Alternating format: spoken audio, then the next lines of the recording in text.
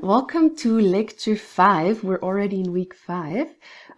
This lecture is on global humanitarianism and on inequalities. And actually, we're going to do it the other way around. We're going to start looking at global inequalities, different types of inequalities, how we measure inequality as well, and how globalization has contributed towards inequality. And then in sort of the second part, we're going to look at global humanitarianism, different types of foreign aid, what they do, how they do things, and also criticism towards foreign aid. So that's what this lecture will be about. As usual, brief admin reminder, read through it. I think you know it by heart now. And as usual as well, it is your responsibility to manage your time responsibly, to stay up to date with your weekly lectures and activities. Again, there are case studies in this lecture. There's certain parts where we have questions. Please take notes, and then we're gonna discuss them in the upcoming Q&A session next week, Wednesday. So it's great if you already have notes, if you've already engaged with the questions, so that you're ready to discuss in your groups and in the plenaries. So please do that. And then as usual as well, you'll find an online activity also on global humanitarianism, and the online activity will basically give you 3 different perspectives on foreign aid. So I think it's quite an interesting one. Okay, so let's get started. Today we'll be first looking at inequalities, how they relate to globalization, how does globalization affect inequality worldwide. So we'll start at looking how we even measure inequality, how do we understand inequality, and we'll then move to have a look at global inequality currently. Has it been on the increase, has it decreased, what types of global inequality do we see in the world right now? And we'll then move a bit more specifically into 3 types of discriminations that affect inequality and that have been affected by globalization. So we'll look at the rural-urban divide and how that has been impacted by globalization. We'll look how racial and ethnic inequality has been affected by globalization. And we'll also look at how gender inequality has been affected by globalization. That's the first part. In the second part, we'll look at global humanitarianism. So we'll look at different forms of aid that have been used throughout the world and throughout time. We'll mostly focus on what is called official development assistance, ODA, which is the main type of foreign aid that has been used. And we'll finalize on South-South cooperation, which is a more recent form of cooperation that has been growing quite a lot over the past years. Okay, so let's get started. Now, why do we talk about inequality with relation to globalization? On the one hand, really because inequality is one of the most pressing problems of nowadays world, and it has been on a constant rise. There are some scholars that argue that inequality has been decreasing, but according to most policymakers, according to most academics, and also according to most statistics, inequality has been rising a lot, especially over the past decade. It is mainly considered that economic globalization is the major contributor to global inequality, meaning that the free market, the neoliberal system, and also the economic institutions like the World Trade Organization, the IMF, the World Bank, that have been pushing for neoliberal economic globalization have contributed to this inequality and to some countries and some populations getting much, much poorer, while others have been able to accumulate more and more wealth. So according to the Oxfam report of 2017, the richest 8 people own as much as the bottom 50% of the world's population. And these numbers have really been increasing. A few years ago, it was still the richest 62 people. Now it's already the richest 8. So it really is almost like on the picture. Now, it's often we think that inequality only affects the poor, right? It only affects the discriminated, the people that suffer from it. But inequality is really something that puts the whole planet in danger because it is a source of instability and of conflict. Because inequality sort of forces people to migrate sometimes for better jobs. It sometimes forces people to protest for better jobs, for better healthcare, for better education. So it obviously, the higher the inequality, the more it is linked to violence. And you can even look at statistics. It is quite interesting to see how inequality in a country is often linked to very high levels of violence. So it is really, it should be a concern for everybody, not only for the losing side. Now, how do we measure inequality? There are many ways to measure inequality, and each one provides a different angle and serves a different purpose. So it's important to understand what information they can provide and what information they can't provide, and to know different ones so that we can actually use them depending on what we want to find out. So the main measurement that is used is the GDP per capita, which is basically the yearly output of a whole country divided by the population, right? So it basically gives you an average income in a given country. So this is useful to compare countries, right? Because it basically gives us an idea of the living standard of country A compared to country B. It has the disadvantage that it is an average, right? So sometimes it does not show the full picture. Like you have countries like, for example, Equatorial Guinea, that might show a rather high GDP per capita. So one could assume that it's a well-off country. But if you look closer, you see that there is a very small, very, very wealthy elite that lifts up the average, and that sort of covers up for the very, very poor population that is also present in the country. So it is a measure that sort of allows us to compare living standards in different countries, but we have to be very careful because it can cover up for inequality within the country. So another way of breaking it down a bit more is the GDP per group.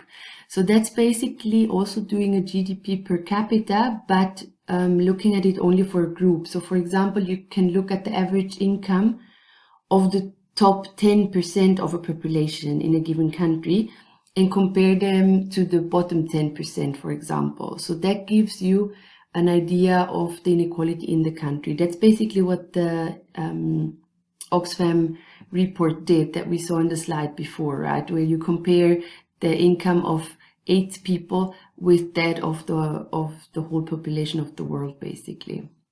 So this is the GDP. Another very well-known measurement for inequality is the Gini index, or also Gini coefficient. It is basically a measure, it basically measures the distribution of income. It can also be used to measure the distribution of wealth in a society. So be careful not to confuse the two. Income is what one makes, like the money that one earns through a job. Wealth is what you possess, right? So there you also have your houses, your cars, anything that one, your businesses, your shareholding. So anything, stock market, anything that one possesses. So generally the Gini index looks at income. And it ranges from 0 to 1. So a Gini that is close to 0 means that we have a very equal society. A Gini that is very close to 1 means that we have a very unequal society. Sometimes it's also used from 0 to 100, but generally you will see the numbers ranging from 0 to 1. Another measure is the Human Development Index that was developed by the economist Amartya Sen, and it's very widely used by the UN. The HDI measures the per capita income, so basically like the GDP per capita, but it also adds life expectancy and access to education. So it is basically an index that looks at those three because it considers that income, health basically, and education are the three most important factors that can sort of give an idea of the level of the living standard in a country. So it is also an index that is used very widely to compare countries mainly. And then as a last one that I think can also be interesting to know is the PPP, the Purchasing Power Parity. That's basically a way of comparing currencies of different countries through a basket of goods. So you basically look at, in country A, how much can I buy with this currency compared to country B, right? And you can even break it down to a product, like how much do you pay for a Big Mac in one country, how much do you pay for another one? And actually the Big Mac index is actually an index as well. So that sort of gives you an idea of how much people can buy with the money that they actually have available. So it also includes the currency and how strong the currency is. Okay, now here we have an example of the Gini index. As I said, it's the most important measurement of inequality. So as you can see here, you have the rangings.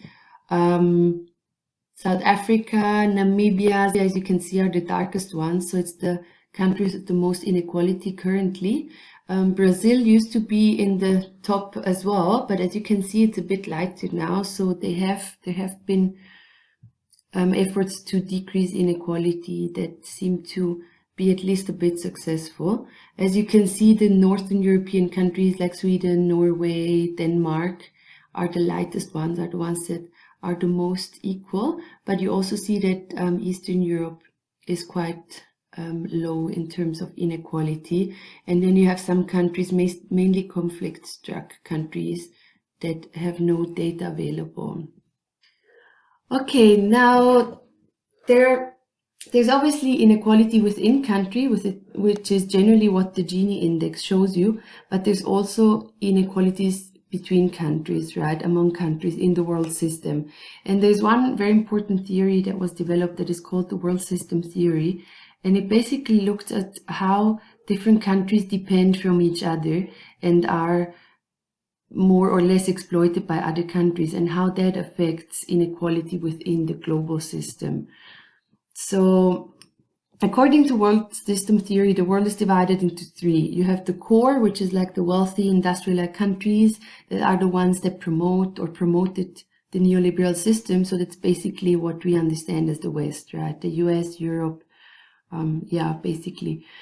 Then you have the semi-periphery, which is sort of the in-between, which is the developing economies like Brazil, like China, like India, like South Africa. It's basically like the BRICS countries fall into that section, and also a few other countries.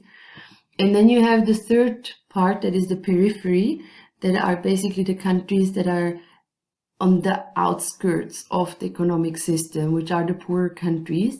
And it's often the countries that have entered the neoliberal system last. So it's countries that have joined the current international trade last and are therefore worse off. So what Wallerstein, who is the guy who invented who put up the theory, what he argues is that the position of a country within this world system really determines its powers. It determines how it depends from other countries, and it also determines its ability to develop its economy. So basically what he argues is that if you're in the periphery, if you're one of the poor countries, it is very difficult to develop your economy and to actually break out of that structure and move into the next, basically move into a semi-periphery, or from there move into the core. And he also argues that these power relations were established by colonial system, and that they continue to be in place through the global financial institutions like the IMF and like the World Bank. And he also argues that semi-periphery, like the countries in the semi-periphery, that they have a power over the periphery, but are still exploited by the core. So they're basically in between. And it was a theory that changed the understanding a lot, because it was one of the first theories that sort of also looked at how poverty has really been produced by global inequalities in trade and in finance systems as well, and how this is how the system sort of keeps certain countries in that place.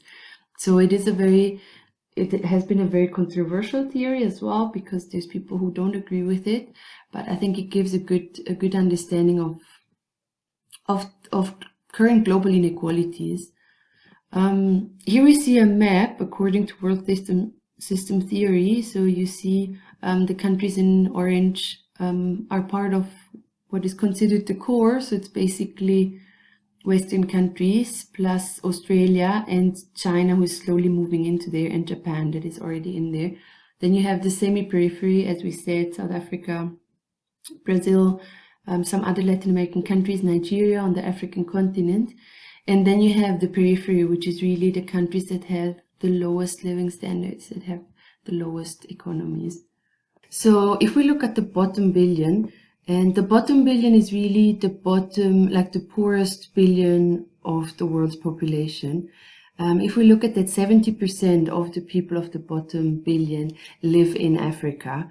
And this obviously poses big problems to the countries because they face much lower life expectancy, they face higher infant mortality, there's often big issues of malnutrition, low incomes, lack of infrastructure, a big lack of access to internet and technology that then affects all the other areas as well. And there's often also more pollution and more e-waste because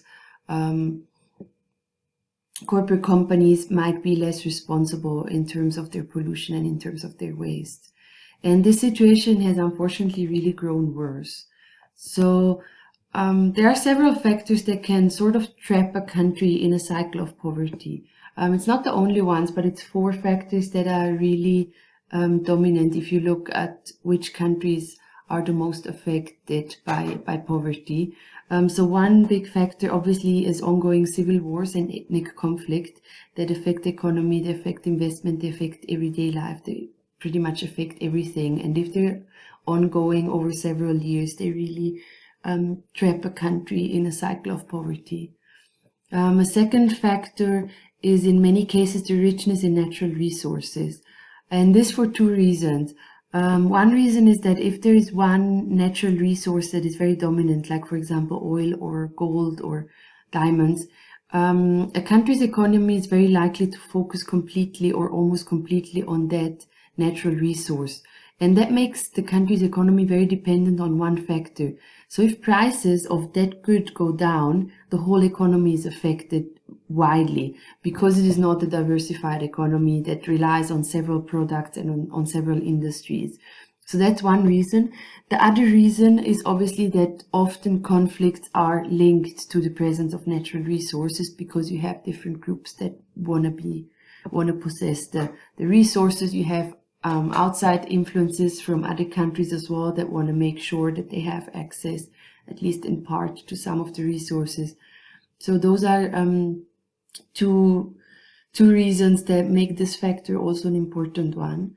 Another important factor that can trap a country in a cycle of poverty is being a landlocked country with what you can call bad neighbors, right? So if you're a landlocked country, you obviously have pretty much no access to trade across the ocean. So you need to first have your goods transported through railway or by trucks to a port. So if you have surrounding countries that are not very stable or that might not have infrastructure, this can really affect the economy and the potential of how the economy can grow. It is different if the surrounding countries, like in the case of Switzerland, for example, Switzerland is landlocked as well, but the surrounding countries like Germany, Italy, France are stable economies and there is a high level of cooperation in economic terms. So in that case, it doesn't have to be a negative factor. But in other cases, like Malawi, for example, is also a landlocked country and has economies around itself that are not necessarily that stable. So in that case, it can be a disadvantage. And then obviously another big factor is bad governance in general. So high levels of corruption or also just policies that are not functioning obviously affect a country, and they can affect in the long term, especially if they create a lot of debt that then affects the country for decades. Okay, so now looking a bit more into depth at 3 different types of inequalities. One type of divide or inequality is between rural and urban, and globalization has really increased that divide. On the one hand, because globalization has affected rural areas, particularly in poorer countries. On the one hand, because there's much more monocultures that often negatively affect the environment. And on the other hand, because also many agricultural areas have started to produce more for the global demands than actually for the local needs. So farmers might be producing products that are interesting for the global market or that are required from the global market, but they're not necessarily producing local products or products that would be needed locally. An example, for example, in Nicaragua is very strong on coffee, but within the countries, very few Nicaraguans are actually able to afford coffee.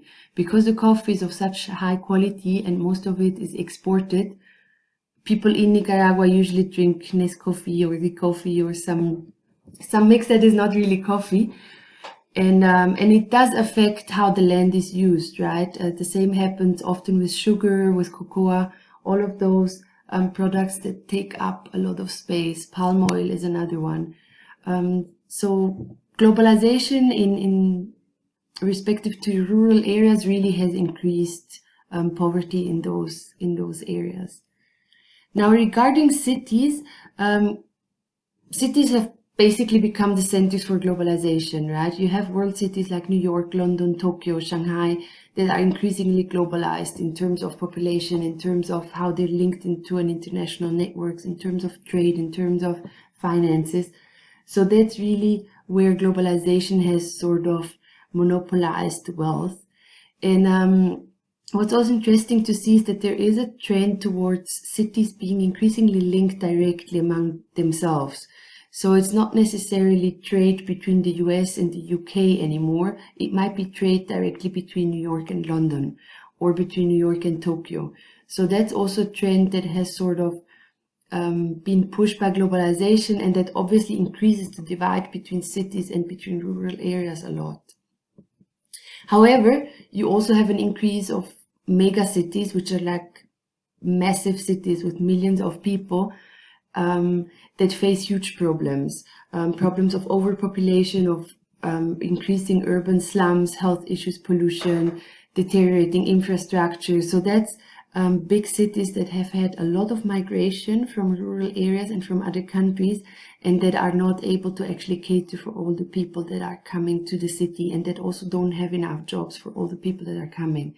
Johannesburg is an example for this, right? The more you move to you have slums in the city center, but also the more you move to the outskirts, the more you have squatter camps of people, mostly that have migrated, and that the city is not actually able to provide for. So globalization has really increased the divide between rural and urban, and it has increased inequalities and made the situation worse for the rural areas. Okay, now looking at racial and ethnic inequalities, globalization has also increased racial and ethnic inequalities in some way, because you have much more diversity in many countries, because there is much more flow of people, because people are more mobile than what they used to 300 years ago.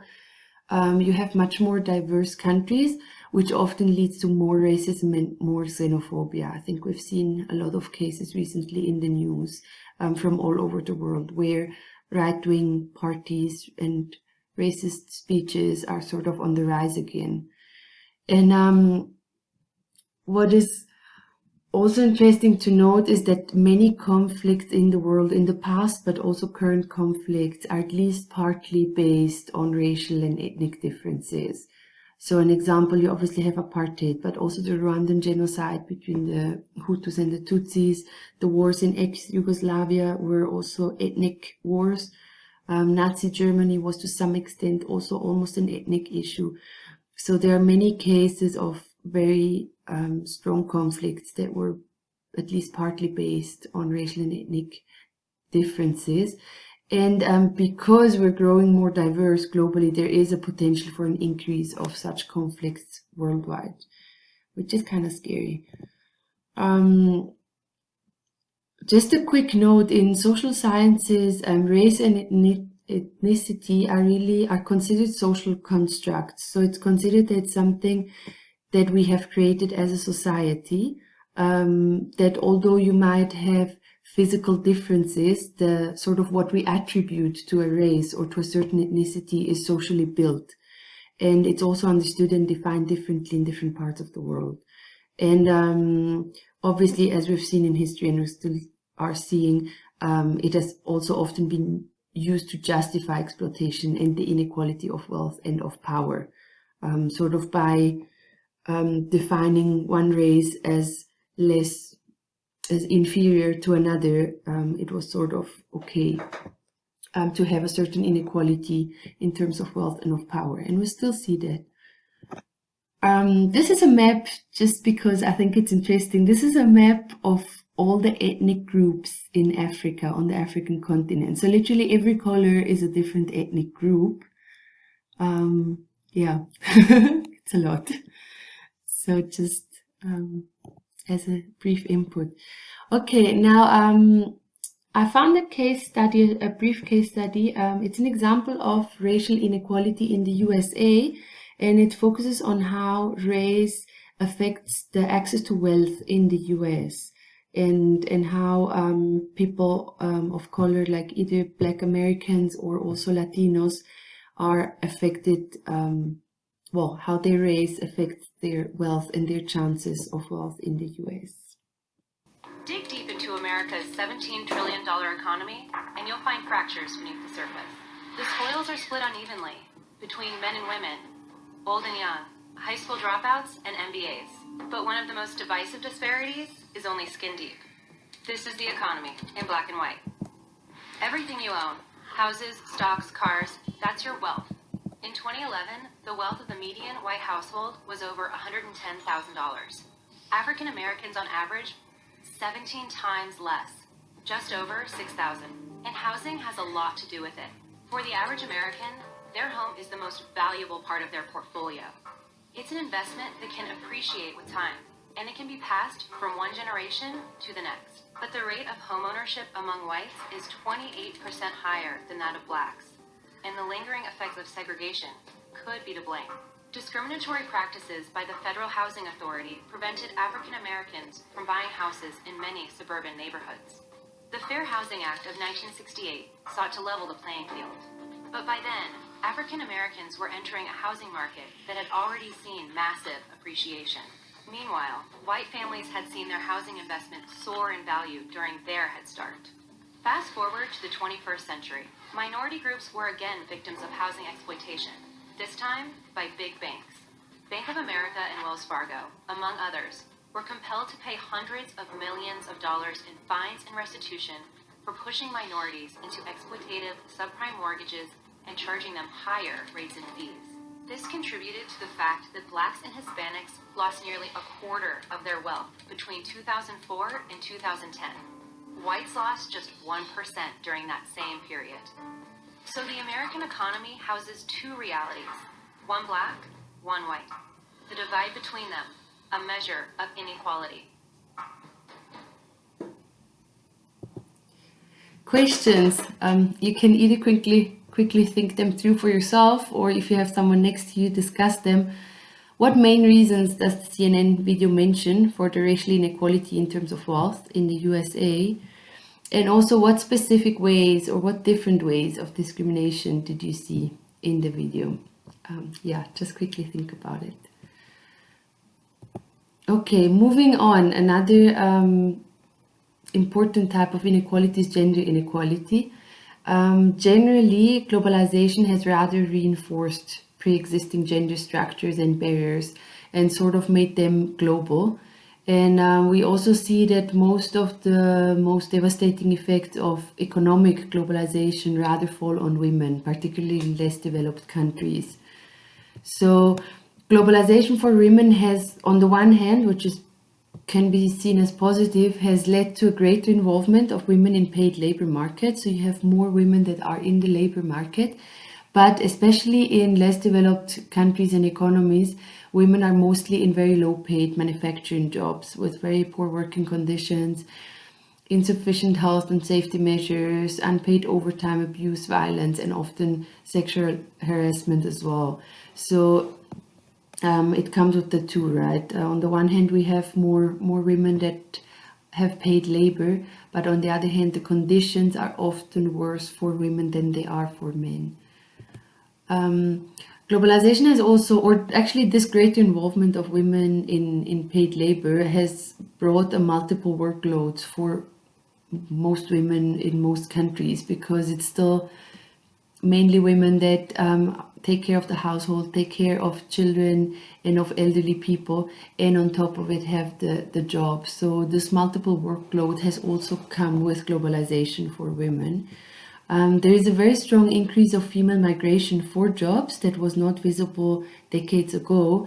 And with that, we also have an increase of sex trafficking, abuse, and prostitution. And the networks for sex trafficking have become much more global and much more connected. So that's also a negative effect of globalization for women. However, there has been a lot of progress has been made in the fields of education and health. Thanks to women's rights movement, but also thanks to international organizations and to governmental policies in many countries, and also thanks to global efforts. So there has been progress as well. This is a map, well, several maps of the Gender Inequality Index of 2013. The middle map, the big one in the middle here, is the Gender Inequality Index. So basically that index measures reproductive health of women. So they look at maternal mortality and teenage pregnancy rates. They also look at women's secondary school attendance and women representation in parliament. And they look at women's share in labor force. So they basically look at how the situation of women is in terms of health, in terms of education, in terms of political and economic participation. As you can see, the red countries are the ones that are the most unequal. So they're mostly on the African continent, and most of the orange ones as well. Europe, Northern Europe, and Canada are the more equal ones in terms of gender inequality index. But you see in the other maps that these are other indexes or other measures. Like here, for example, you have women's share in parliamentary seats, and here you can see that the American continent, especially Latin America, is doing much better than the rest of the world, and the African continent is actually also better off than big parts of the world. So there is more representation of women in government, in parliament, in these parts of the world. The Arabic part of the world are the worst off. Yeah, you can look at the other maps if you're interested. Here you have the maternal mortality ratio, adolescent fertility rate, share of women and girls in labor force, and share of women with secondary education. This was 2013. Okay, so now just a quick case study. Obviously, South Africa is a good case study in terms of inequality. On the one hand, because it has one of the highest Gini indexes, meaning that it is one of the most unequal countries in the world.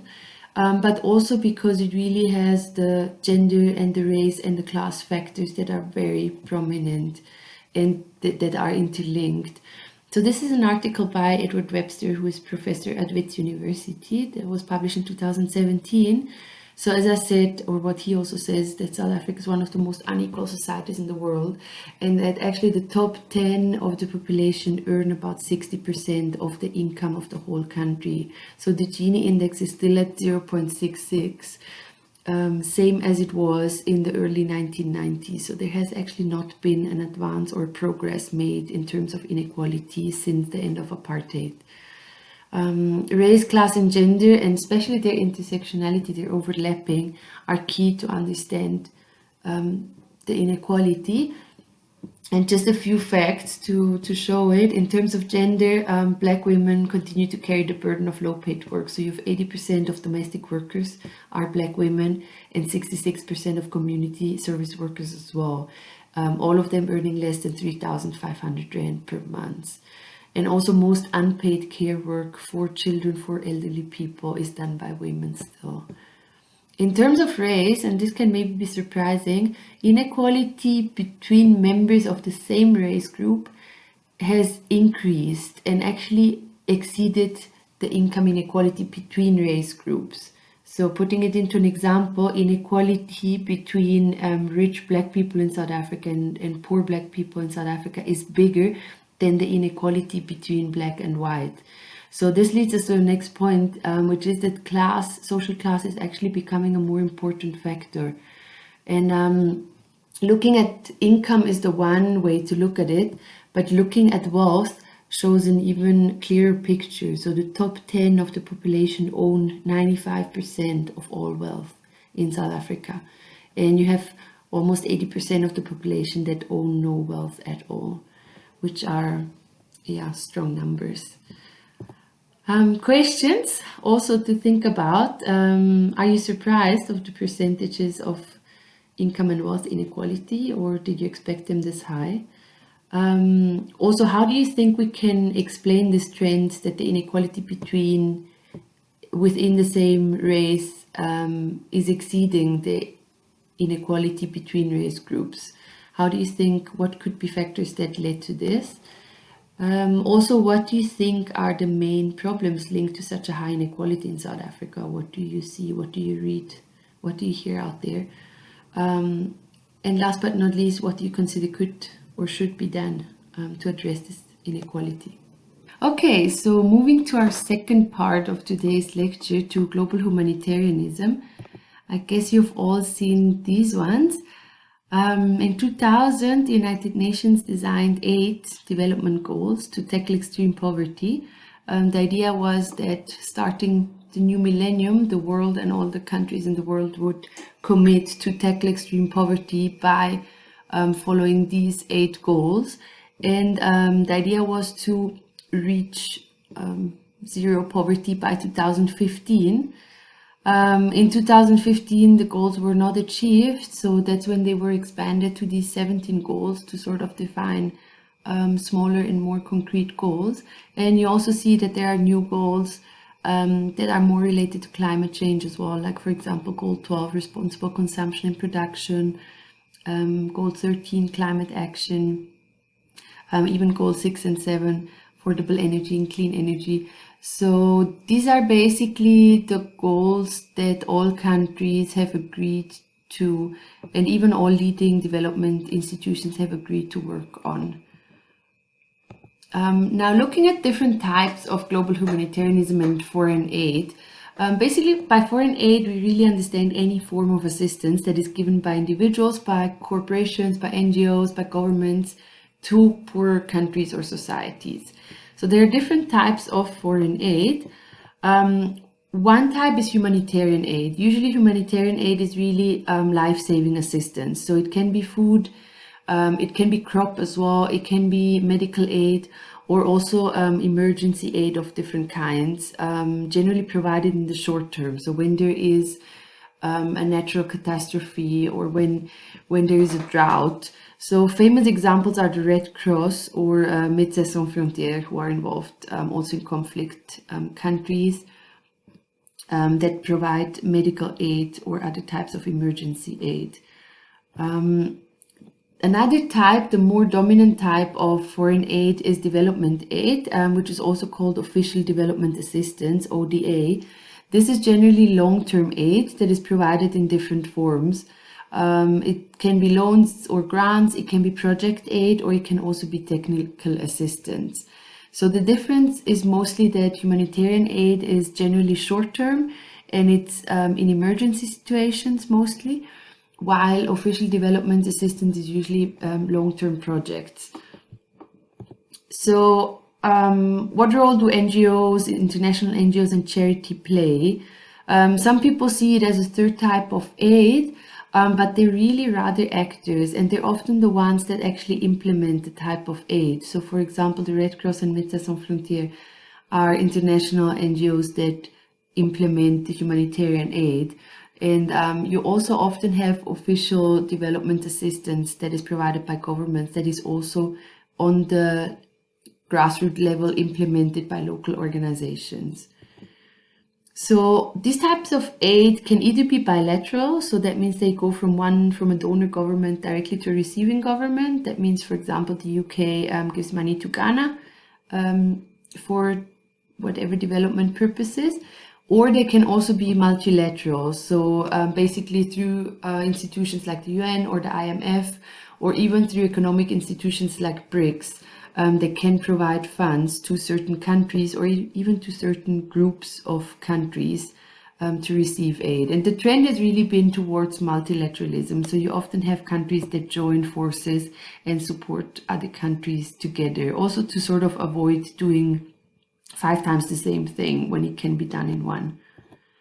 Now, foreign aid throughout time, it sort of really started growing in the West in the 1970s, and there was a pledge to increase aid to a 0.7% of national GDP, which would mean that each country would give a 0.7% of their national GDP to foreign aid. It might seem small, but it is actually quite a lot, and most countries are below that. In the 1980s, the aid diminished, and there were much more conditionalities that were attached to the different loans or the different projects, mainly because there was an economic crisis, so the countries were less able or less favorable to giving. In the 1990s, there was sort of a disillusion with aid, so the budgets have also gone down a lot in those times. And in the 2000s, we sort of, with the UN Millennium Development Goals and with different summits, and also with famous people, popular people getting more involved in the whole aid industry, there has been a push for more aid again. Okay, now here, quick video where the aid comes from mostly and where it goes mostly.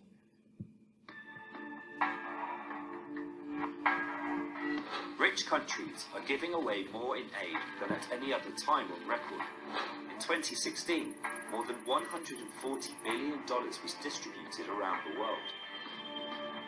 According to the latest breakdown, in 2015, America gave the most money away, nearly $31 billion, to at least 40 countries and organizations, such as the World Bank. This included $770 million to Pakistan and $250 million to Mexico. This may sound generous, but the United States has the largest economy in the world. American foreign aid spending in 2015 was only 0.17% of the country's gross national income, far less than other rich countries. Sweden and Norway are the biggest givers, donating over 1% of their gross national income to foreign aid. The biggest receivers of aid in 2015 were Afghanistan, India, Vietnam, Ethiopia and Indonesia. Afghanistan received $3.8 billion and India $3.1 billion. Despite being the second biggest economy in the world, China received $1.5 billion in development aid in 2015. This included around $750 million from Germany and $67 million from Britain. The total amount of foreign aid is at an all-time high, up 9% in 2016. This is largely down to the generosity of 6 countries who meet or exceed the United Nations foreign aid target, donating more than 0.7% of gross national income.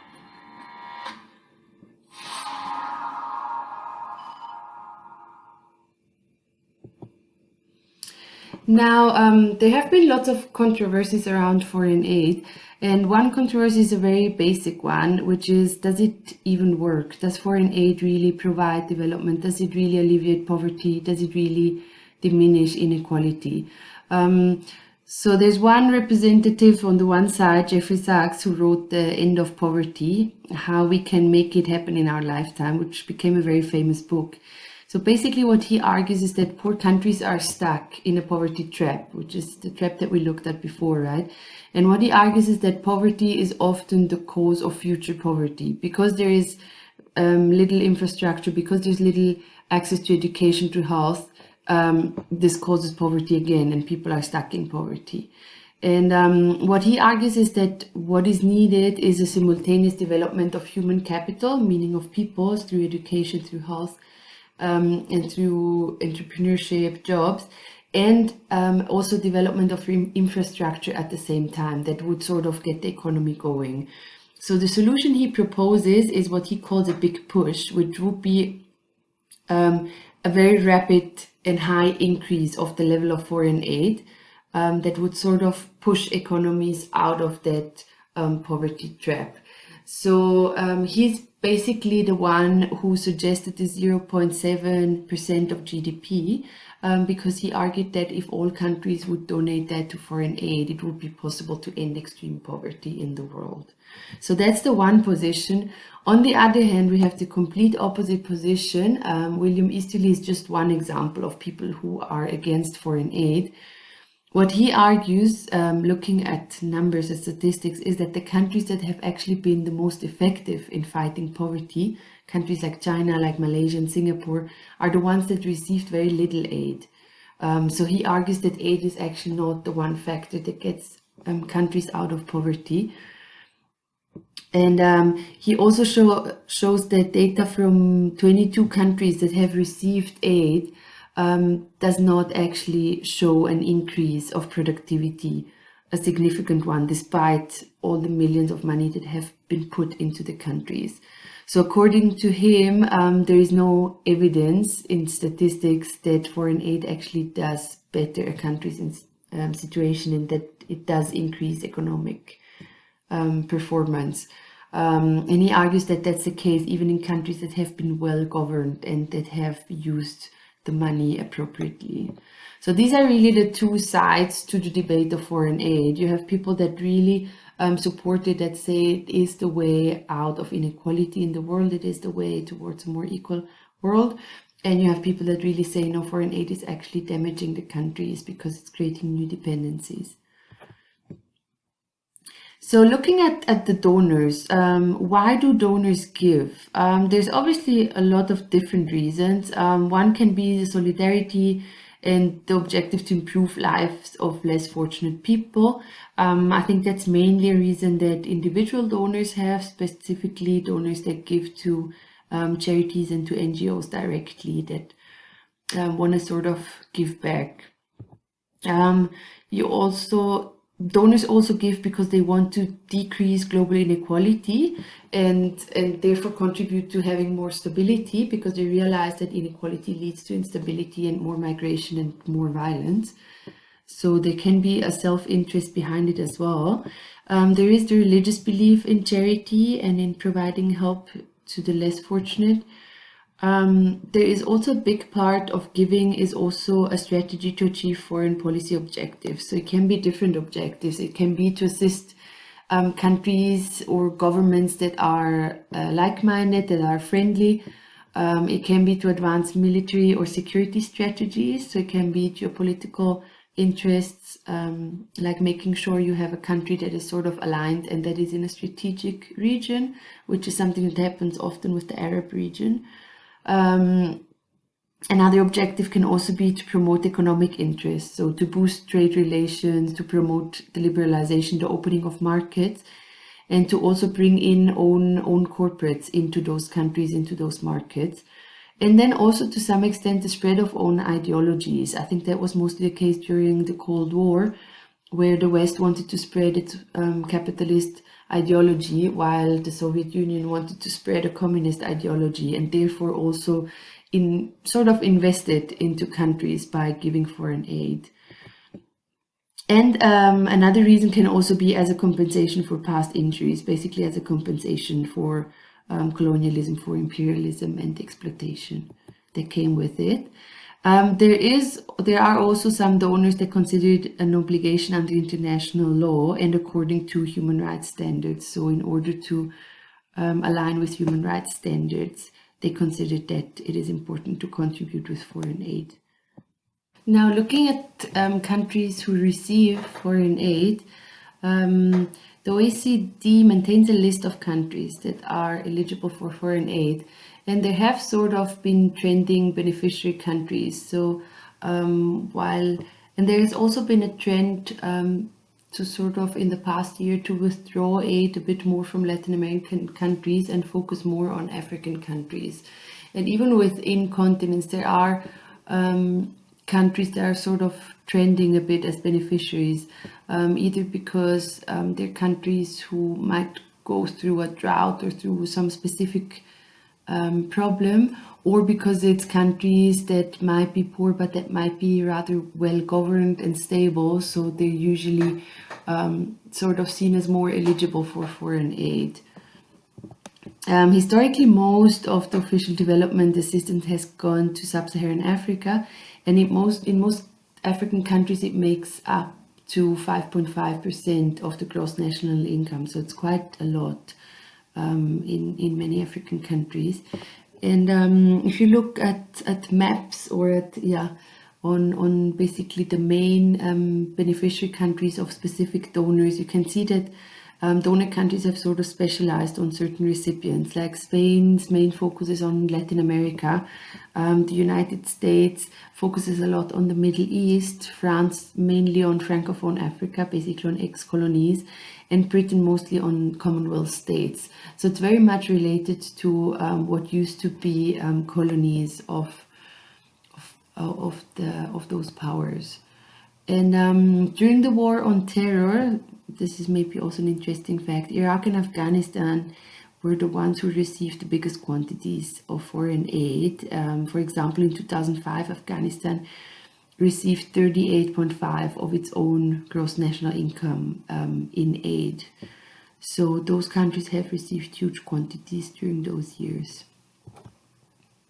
Now, there's lots of different controversies within official development assistance as well, of people that are within it that are also disagreeing on certain things.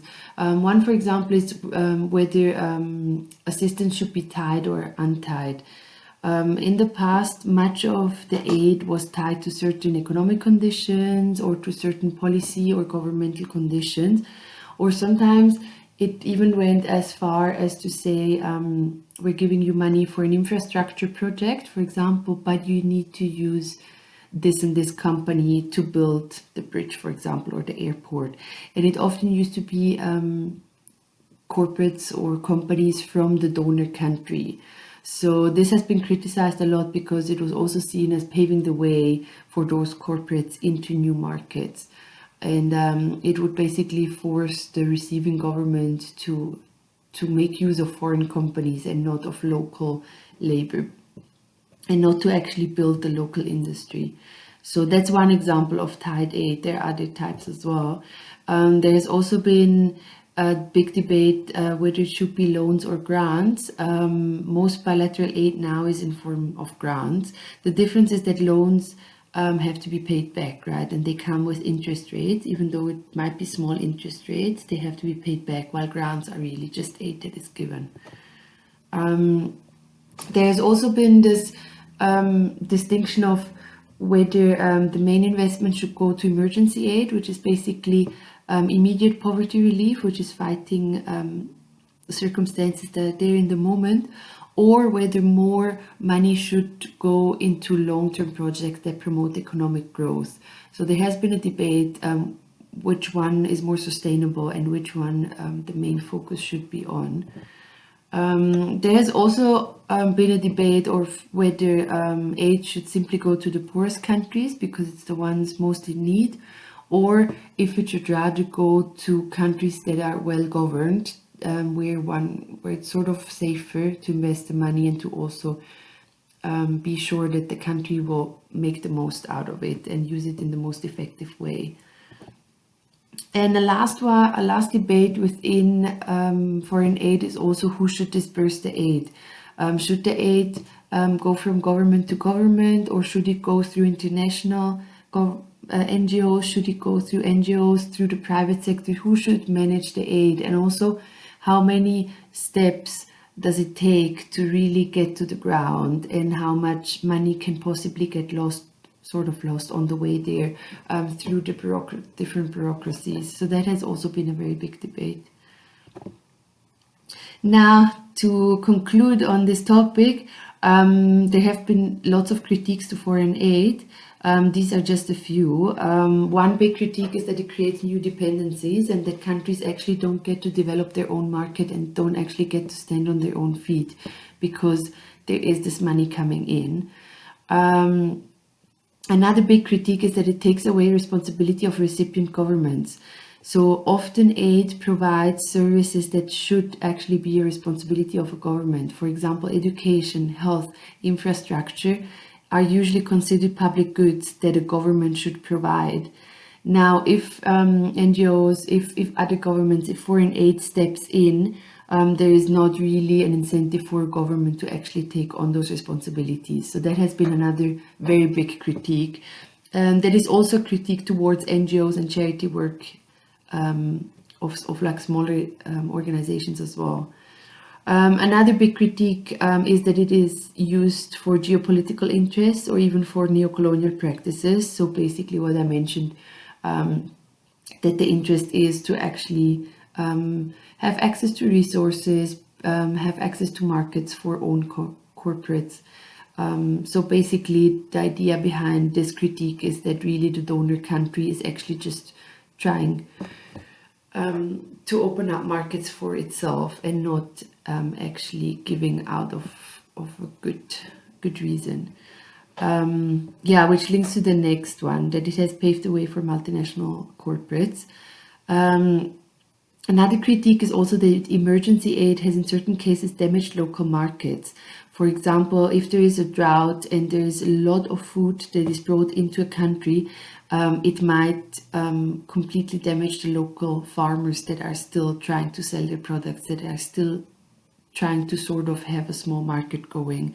So there have been cases, especially in countries that experience drought often, like Somalia, Ethiopia, where the critique has been that every time that there is a drought, emergency aid comes in, and that it's actually not sustainable, that the world should look for more sustainable ways to guarantee that those droughts do not occur, or that the country is ready to deal with it if it occurs. There have also been cases of sexual abuse, of discrimination, of use of violence against the receiving population. This has especially been the case with emergency aid that goes in after a catastrophe. There have unfortunately been lots of reports and cases where the people going in to provide aid have taken advantage. So it's specifically related to sexual abuse. There have been various cases that have been in the news.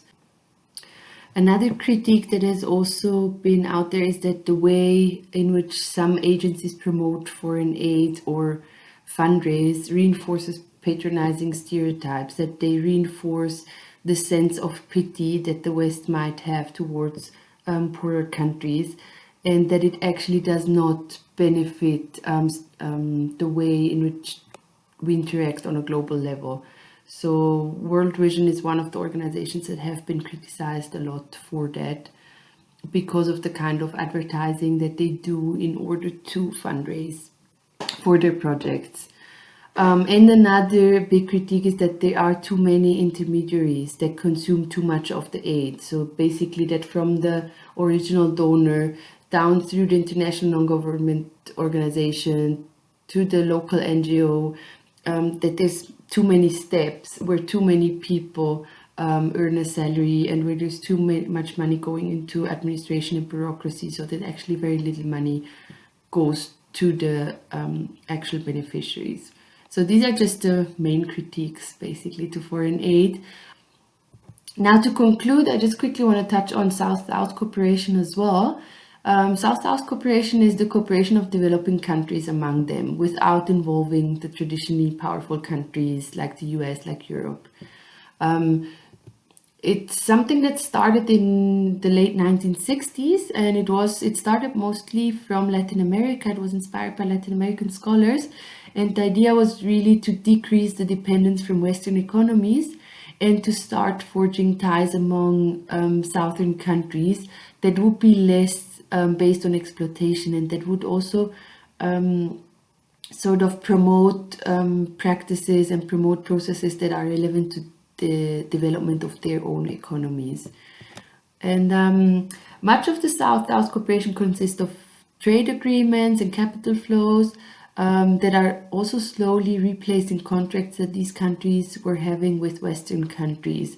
So it is something that is growing and that is contributing to a shift of power and of trade relationships in the world. It has therefore sort of become an alternative model for development as well. So you also have institutions like the BRICS, or also countries that are part of the South that are providing development loans and grants to other countries now as well. So that's also a new development of the past decade, more or less. Now, questions to conclude. Do you consider South-South cooperation a good development? And what are possible benefits, and what are also potential risks, or what are risks that persist even with this kind of cooperation? Okay, so that's it for today's lecture. Next week, as usual, Wednesday Q&A on Zoom. I'll send you the link beginning of the week. And then next week, Thursday, we're going to have the online lecture 6 and the online activity 6 on the topic of migration. Reading for that topic is book chapter 10. That's it. I hope you have a good afternoon or evening, and I'll see you next week.